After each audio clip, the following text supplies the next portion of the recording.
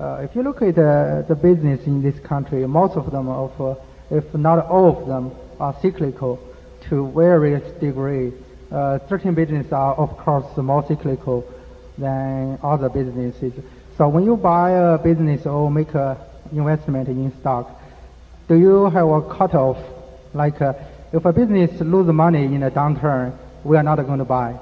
If its earning begin to decline in a downturn, we are not going to buy. But if the earning growth slows down, then we can look at the business and make an investment.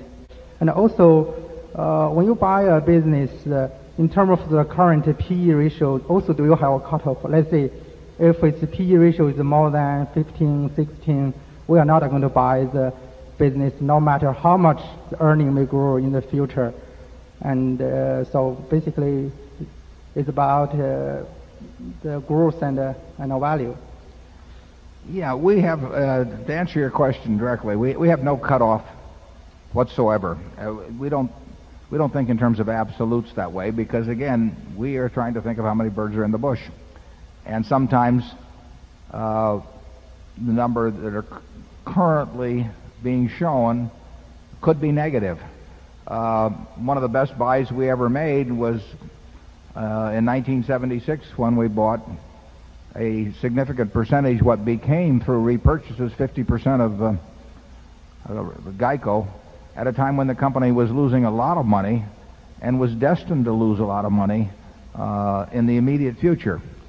And you know, the fact they were losing money was not lost on us, but we thought we saw a future there that was significantly different than the current situation. So it would not bother us in the least to buy into a business that currently was losing money for some reason that we understood and where we thought that the future was going to be significantly different. Similarly, if a business is making some money, there's no PE ratio that we have in mind as being a cutoff point at all. There are businesses, I mean, you could have some business making a sliver of money on which you would pay a very, very high PE ratio. But it's basically, we look at all of these as businesses. We are, for example, at Executive Jet, NetJets, we're losing money in Europe. Well, we expect to lose money in Europe getting established. So does that mean it's a bad thing to buy? No, I mean, there are all kinds of decisions that involve the future looking different in some important way than the present. Most of our decisions relate to things where we expect the future not to change much. But you get this, well, American Express was a good example. And when we bought it in 1964, a fellow named Tino DeAngelis had caused them incredible trouble. So we knew if you had been charging for what Tino had stolen from the company against the income account that year or the legal costs that were going to be attached to it, you were looking at a significant loss.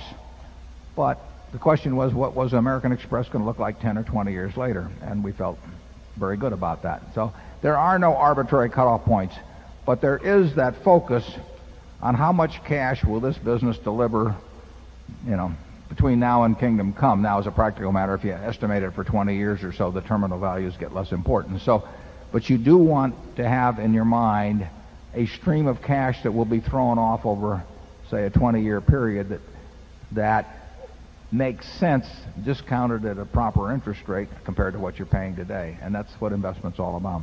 Charlie? Yeah, the answer is almost the exact reverse of what you were pointing toward. A business with something glorious underneath, disguised by terrible numbers that cause cutoff points in other people's minds, is ideal for us if we can figure it out.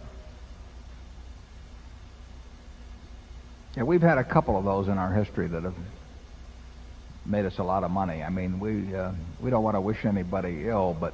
Oh, I wouldn't go that far. Okay, well, Charlie...